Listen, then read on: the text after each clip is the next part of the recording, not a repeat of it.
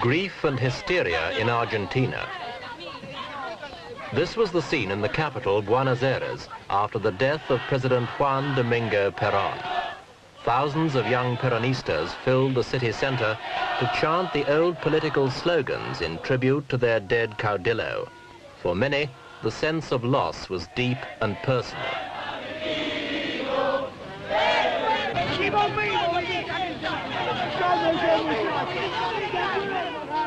Juan Peron was arguably the most powerful political personality the Western world has produced since the Second World War.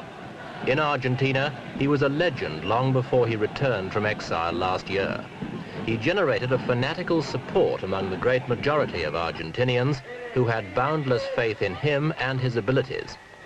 At this rally, his last public appearance only 3 weeks before his death, over 100,000 people acclaimed his decision not to resign over the country's continuing political violence.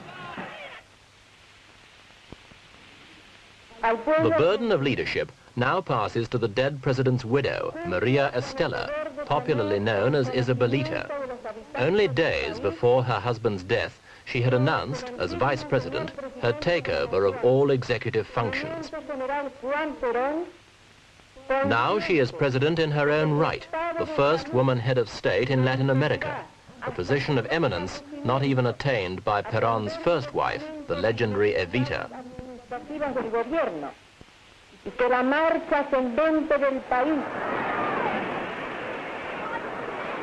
Peron was first elected president of Argentina in 1946. From the beginning, he drew his support from the great mass of underprivileged Argentinians, the descamisados, or shirtless ones.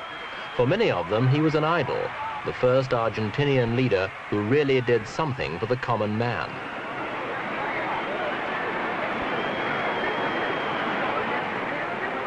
Peron did not rule alone. He shared both his popularity and even some of his power with his wife Evita, a former actress whom he married just before he became president.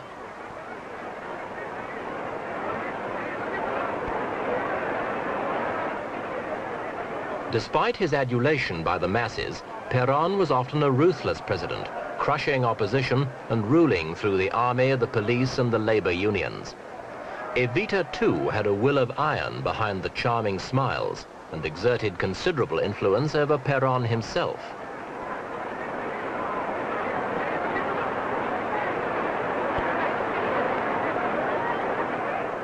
Peron brought to Argentina a new sense of national identity and a new political creed called justicialism, an ill-defined ideology which he claimed was a third way between communism and capitalism, and which favored the workers against entrenched oligarchs.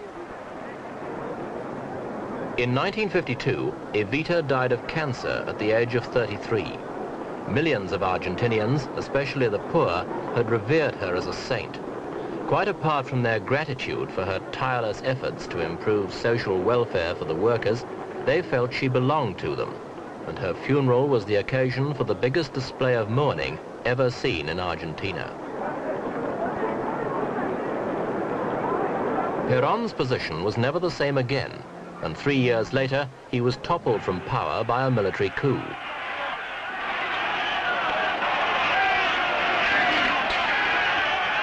His portraits were burned, his supporters killed, and he was forced to flee the country. But though his 9-year rule was over, his philosophy did not die.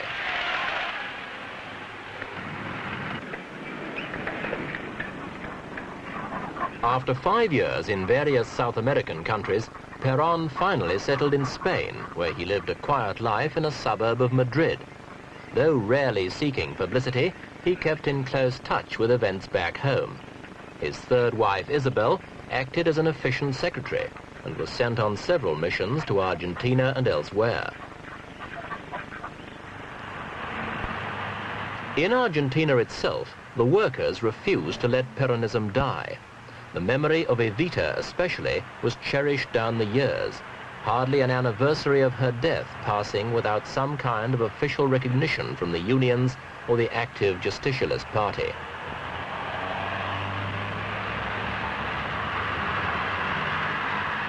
Every year, Peron promised he would return, and in 1964 he actually made an attempt, but was turned back when he reached Brazil. Such tactics, though apparently futile, gave encouragement to his supporters, many of whom constantly made trouble for the governments that succeeded Peron after 1955. In the 18 years that preceded Peron's return, Argentina experienced almost continuous political unrest, and in the later years, widespread guerrilla insurgency as well.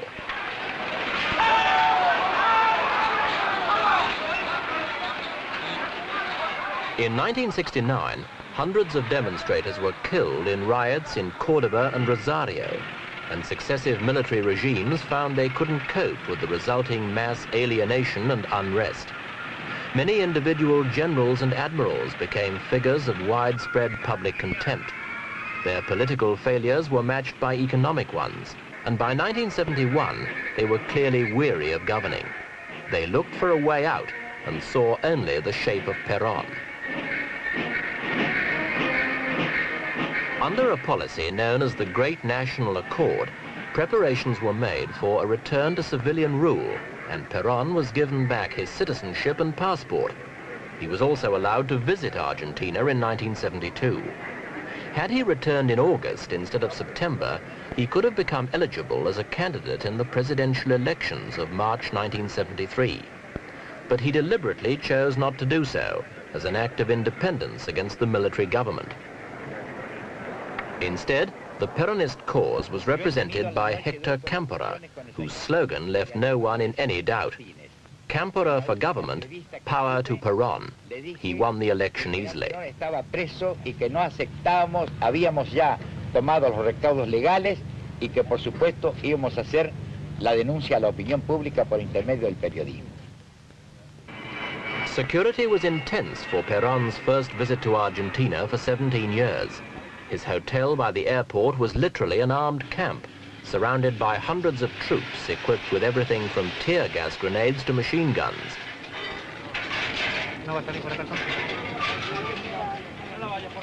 But when Peron finally returned home 6 months later, it was a very different story. The military refused President Cámpora's request for more troops at the airport, where 2 million people awaited the great arrival. When it was announced that Peron's plane had been diverted to another airport to ensure his safety, shooting broke out between rival Peronist factions. About 100 people were killed and 500 injured. The bloodbath was an inauspicious, but as events were to prove, not inappropriate homecoming for the aging caudillo.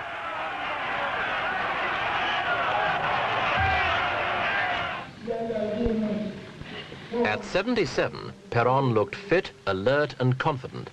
He slipped smoothly into the role of unofficial president presumptive. Within 3 weeks of his arrival, President Cámpora had resigned, and within another month, Peron and his wife had been accepted unanimously as justicialist candidates in the September elections.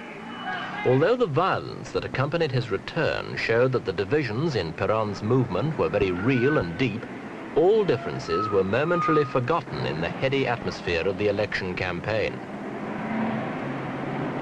When the results came in, they confirmed what everyone had predicted, a landslide vote that gave Peron and Isabel outright victory on the first ballot.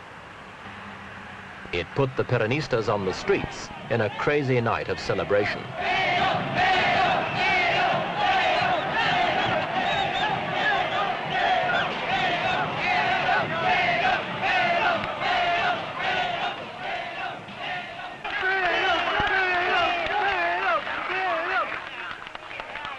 As a final touch to his rehabilitation, Peron appeared in military uniform for his inauguration.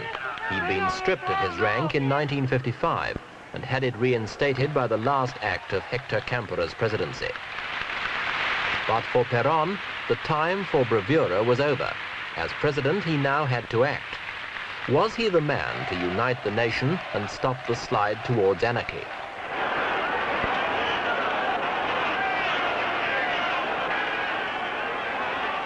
The months preceding Peron's election had been marked by innumerable examples of lawlessness conducted by a variety of extremist organizations, most of them left-wing and outside the justicialist movement. But even inside the movement, there were clashes between rival factions. Any hopes that Peron's assumption of power would somehow miraculously put an end to scenes like this in Cordoba were quickly dispelled. If anything, the violence got worse, not better.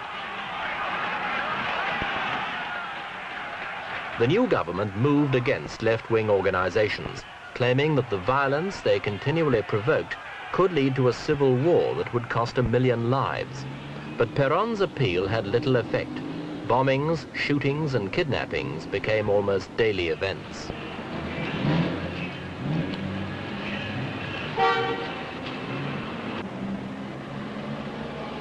The targets for these bomb outrages were often foreign-owned firms, especially American companies, which the left-wing guerrillas saw as manifestations of imperialism.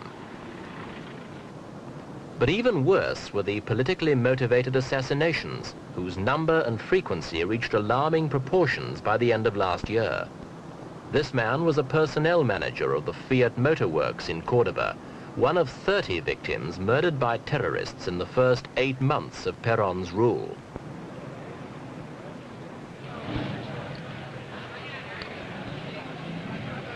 Another victim was Rogelio Correa, a labor leader on the right of the Peronist movement, who was gunned down in his apartment in Buenos Aires 3 months ago.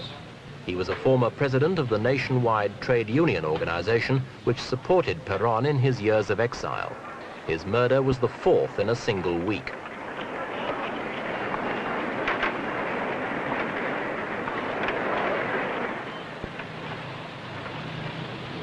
Not all the violence comes from the left.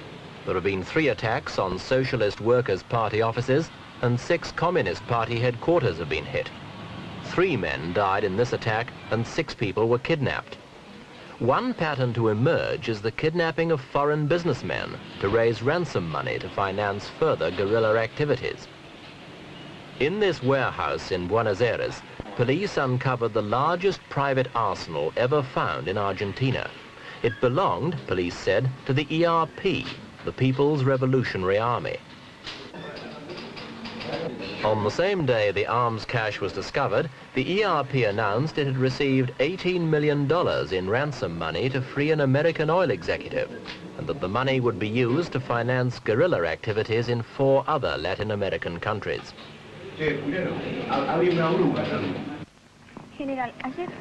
It was clear long before Peron's death that he was unable to heal the divisions in Argentine society, or indeed even in his own political movement.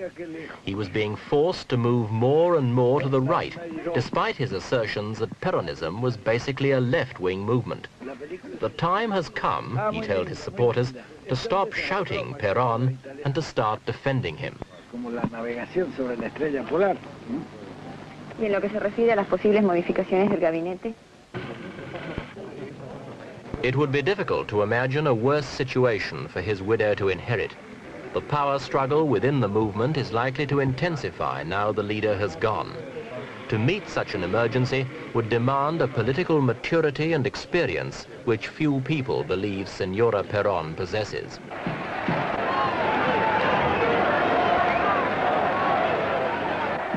The big question now, of course, is will Peronism itself wither away? It survived an 18-year vacuum when its leader was exiled, but can it survive his death?